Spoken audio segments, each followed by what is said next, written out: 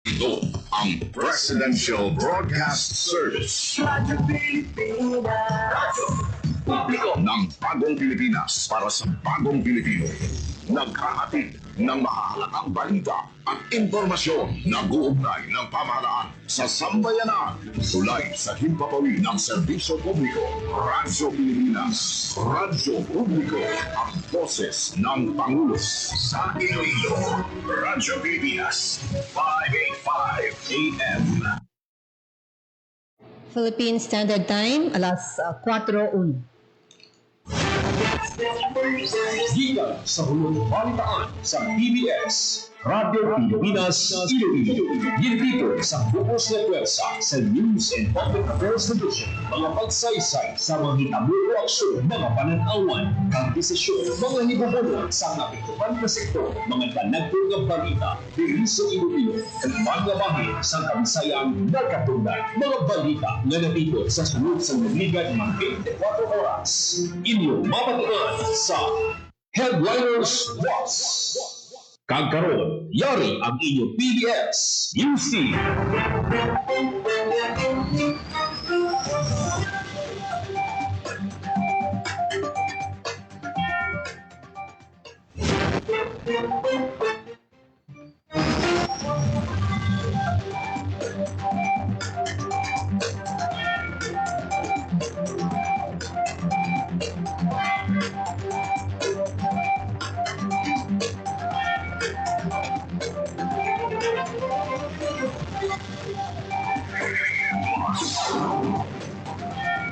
Radyo Pilipinas.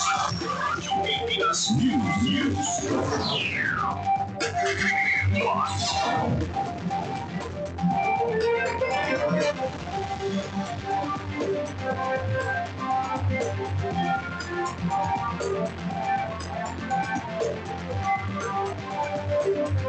Mayang hapon Western Visayas, mayang hapon na Western or Pilipinas. Yan yung mga nagpamuna nga pagulong dinalaan sa Headliners Bus Program subong adlaw Enero 19.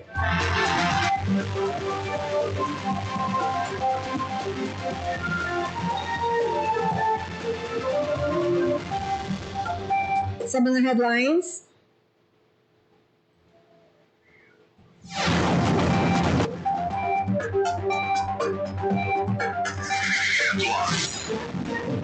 dako nga bugay para sa pusod Pilipinas sa pagkadiskubre sa bago nga supply sa natural gas sa Malampaya sa idalom sang pagpamuno sang mga eksperto nga mga Pilipino.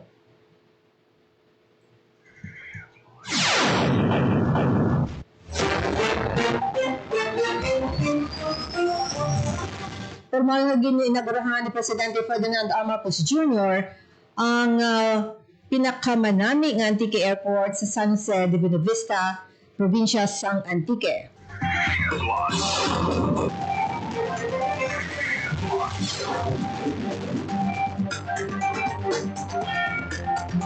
Ginalauman ni Presidente Ferdinand R. Marcos Jr. na makumpleto ang inaugurasyon sang Antique Airport Development Project ang magpabakod sang turismo kag maghatag sang kasulhayan sa mga pasahero kag pagpabaskod kag pagpapabagsik sa aktibidad pang-ekonomiya sa Region 6.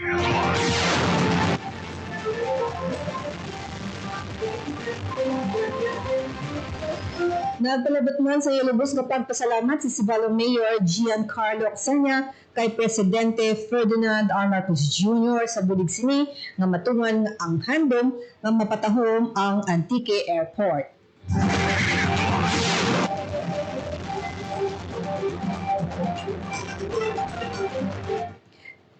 Presidente Ferdinand R. Marcos Jr. gitpanganahan ang pag-turnover sa nanuhay-tuhay nga mga agri-fishery intervention sa Hamtik-Antique.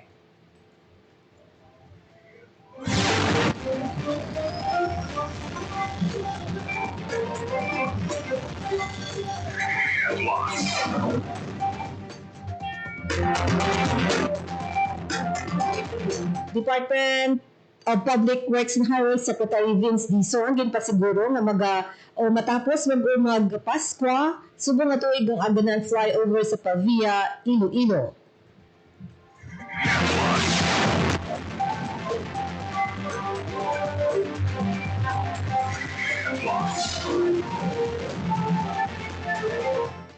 Nagpadulong man sa bahin sa Negros Occidental si Presidente Ferdinand R. Marcos para sa isa pagid ka aktibidad.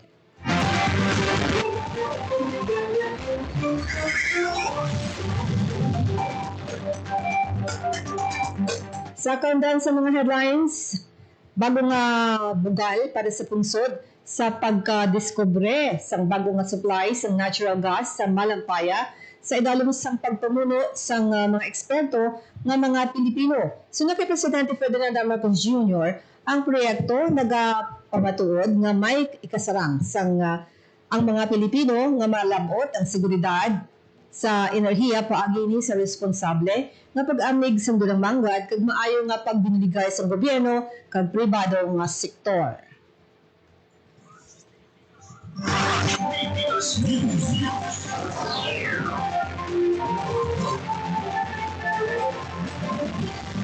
Ang Philippines has struck natural gas sa Malampaya East 1 amoy ning pinakamayor nga pagdiskubre sang masobra ini sa isa ka dekada nga naghatag sa preska nga momentum sa mga pagpanikasog kag ma-secure ang estable kag masaligan nga energy supply para sa pungsod. Pamatuod dinhi nga kapag masanag ang direksyon sang gobyerno kag maayo ang mga kaupod sini makasarang nga pabaskugon ang seguridad sa enerhiya sang pungsod.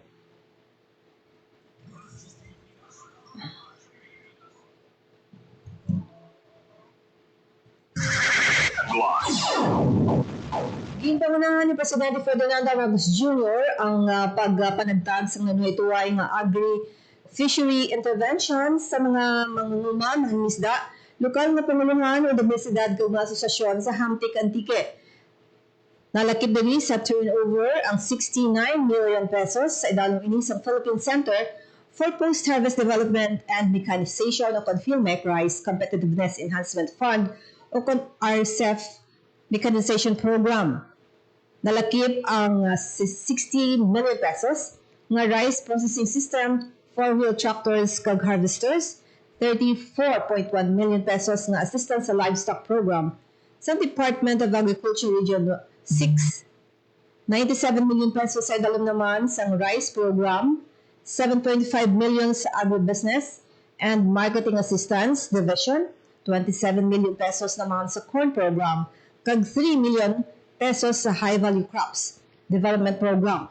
Nagpinagtagman ang Philippine Crop Insurance Corporation sa masobra 485,000 pesos para sa Agricultural Crop Insurance Program, ang Bureau of Fisheries and Aquatic Resources, 770,000 pesos naman nga fiberglass boat with engine and accessories. Ang Philippine Coconut Authority, mas masobra ini sa 4.4 million para sa community-based coconut nursery kag Philippine Rice Research Institute sang 33 million pesos para sa inbreed rice seeds.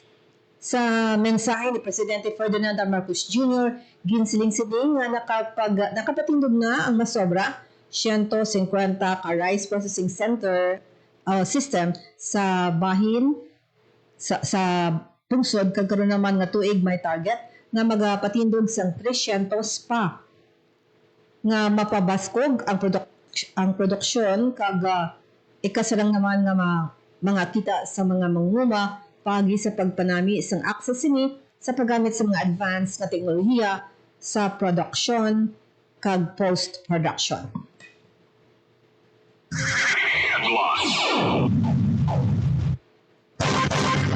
Masarangan naman nga mahuman ang agrarian ganan flyover bago naman magtakop ang tuig 2026. Ini naman ang gitpasalig ni Department of Public Works and Highways Region 6 OIC Regional Director R. Fruto kag mayara pagidugang nga mga pagpahayag si Department of Public Works o Highway Secretary Vince Dizon. Yaring report ni Janelle Baclay. Yung pahayag, hindi pa rin Publication Highway Secretary Vince Dizon na tapusin ang Aganan Flyover sa buong tuig sa Banwa San Pabia. Kasunod sa inspeksyon naging patigayon sa Tiglicom, kaupod kay DPWH o Vice Regional Director Engineer Jose Alfruto.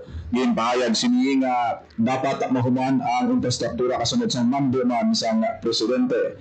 Yung pahayag ng siniying ilagi natutukan ang development sa proyekto. Sa karon padayon pa ang jet grouting activity sa mga pundasyon sa Aganan Flyover sino kay Engineer Fruto kabayon sa pagpapag-on sa pundasyon sini. Ginpahayag naman sa ahensya na kumuhuman ang proyekto niya makabig Christmas gift sa mga Ilonggo. Para sa Bagong Pilipinas, General Baclaw, Radyo Pilipinas, Radyo Publiko.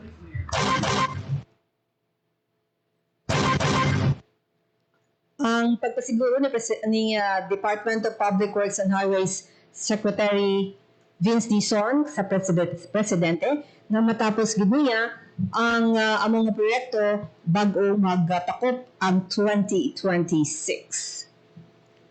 Samtang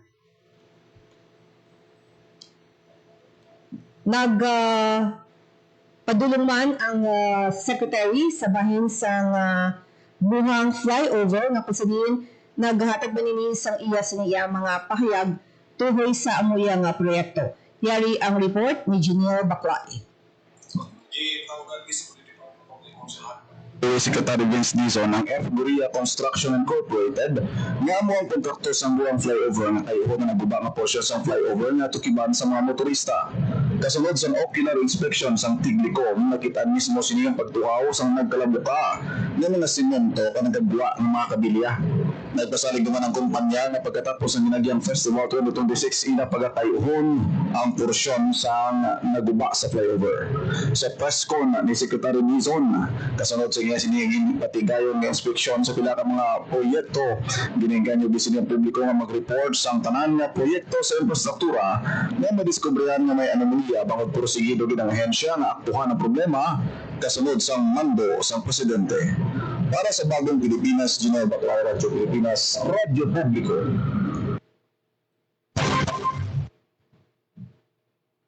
Nagpahayag sa niya pagpasalamat kagbulig na nabaton ang isa sa mga benepisyaryo na si Janet Tamayo. Isa ka manguma gikan sa barangay Dangkalan, Hamtik, Antique kay Presidente Ferdinand Marcos Jr. kaangutan ni sa pagpanagtag sang bulig sa mga mangunguma. Isa si Tamayo sa mga nakabaton sang indemnity check gikan sa Philippine Crop Insurance Corporation matapos nga sama dang siniya nga tanom nga pala ay bungod man sang nagligad nga Bagyo Tino. Sino kay Tamayo bilang isa ka solo parent. Dako ang bulig nga iya nabaton bilang bangod magamit niya ini sa pagbangon gikan sa mga halit dala sang bagyo sang iya mga pananom.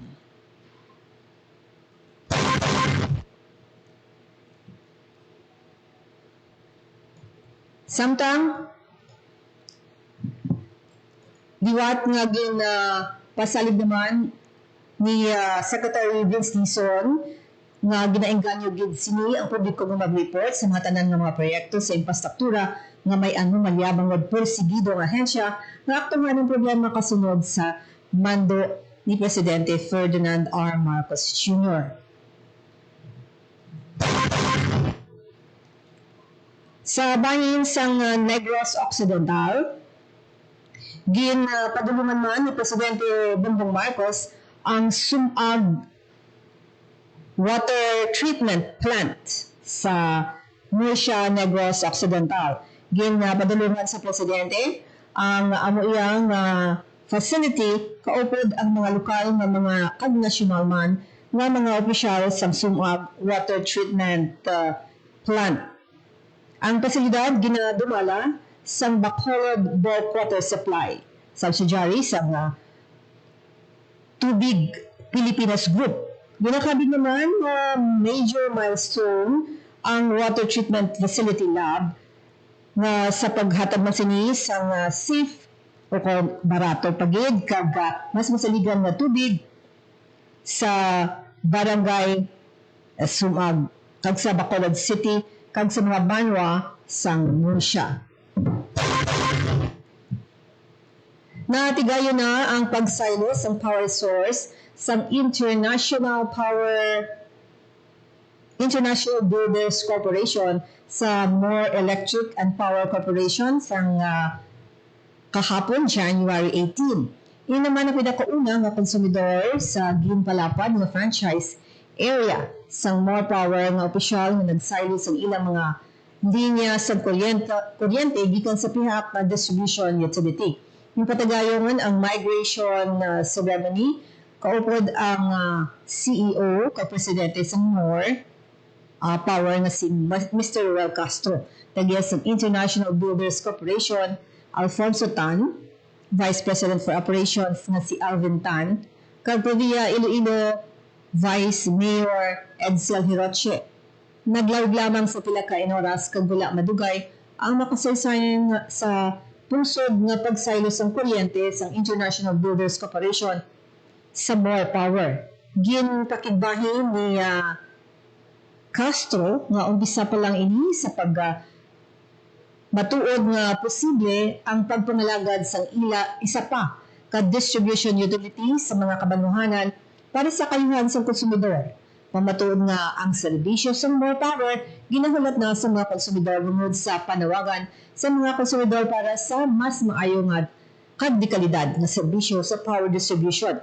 Mas ginpasangkad man sa More Power ang ila sini nga pagserbisyo. Ini ang kapangdanan ang nagtulod sa 2nd District o kay 2nd District Congressman Michael Goriseta kag 4th District Congressman Braden John Beron na mag-file sa franchise bill sa Kongreso sa September 20, 2021. Pinaagi sa migration ceremony, ginpakita sa More Power na preparado ini sa mas masangkad pagid ng operasyon para sa probinsya sang Iloilo. Naghatag sang kalingawan ang barangay tangod maskara dancers sa Linsa, Bacolod City sa mga tumulanaw sang street dancing kag ritual showdown sang Sinulog Festival 2026.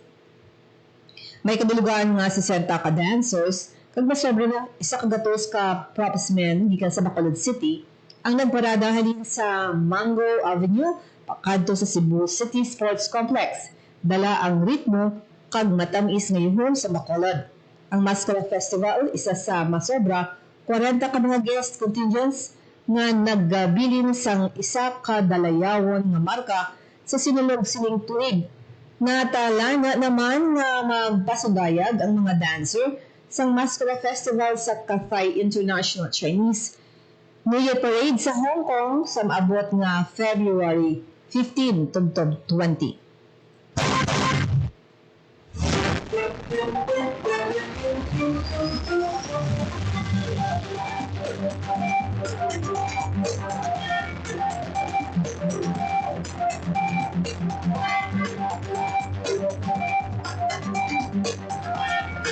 Amoy ato mga headliners bukas ng litipon sa ulat balitaan sa DYLL, Radyo Pilipinas, Iloilo. Sa mga naghatag sa ilas ng mga balita, kag sa dugang ng mga balita mga kabyanan, ang amon siniya nga Facebook page, pwede nyo gid makakadtuan, no? And also sa amon siniya nga radio, sa radyo naman, mabatian din sa 585 kHz.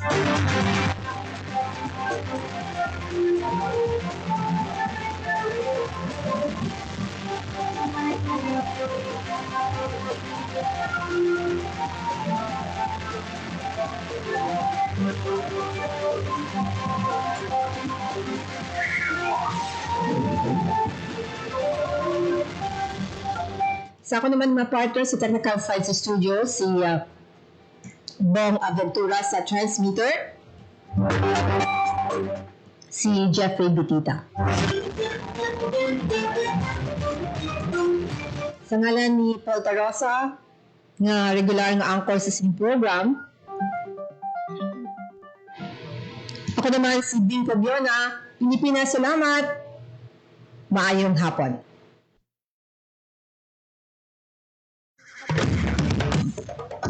Ito ang Presidential Broadcast Service. Radyo Pilipinas. Radyo Publiko ng Bagong Pilipinas para sa Bagong Pilipino. Naghahatid ng mahahalagang balita at impormasyon na guugnay ng pamahalaan sa sambayanan. Tulay sa himpapawid ng serbisyo publiko. Radyo Pilipinas. Radyo Publiko. Ang boses ng Pangulo sa Iloilo. Radyo Pilipinas. 585 AM.